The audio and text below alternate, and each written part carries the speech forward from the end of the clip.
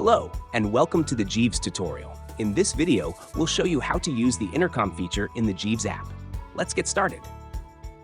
First, open your Jeeves app.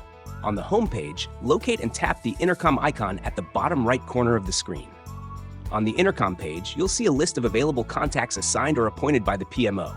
For example, Lobby 1, Lobby 2, and Lobby 3. In this video, we have 2 available contacts on the list. To call them, simply tap the contact you would like to dial and wait for them to answer.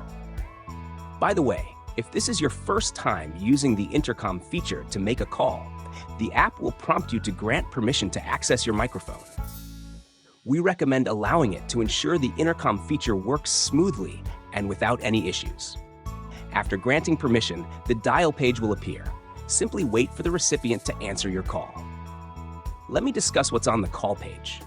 On the upper left corner, you'll see the option to display over other applications. When you click it, the app will ask for your permission to enable this feature. If enabled, a floating icon will appear when you minimize the call. The purpose of this floating icon is to let you continue your call while navigating to other parts of the app or using your device. It serves as a quick shortcut so you can easily return to the call page with a single tap. Next are the buttons. The mic icon allows you to mute or unmute the call. The red button lets you drop the call, and the speaker icon allows you to switch between handheld and hands-free.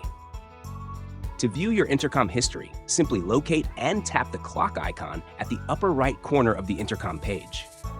On this page, you can see the list of your call history.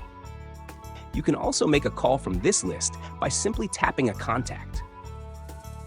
In addition, the Intercom is available only during operating hours, which are from 8 a.m. to 5 p.m., depending on the schedule set by the administrator.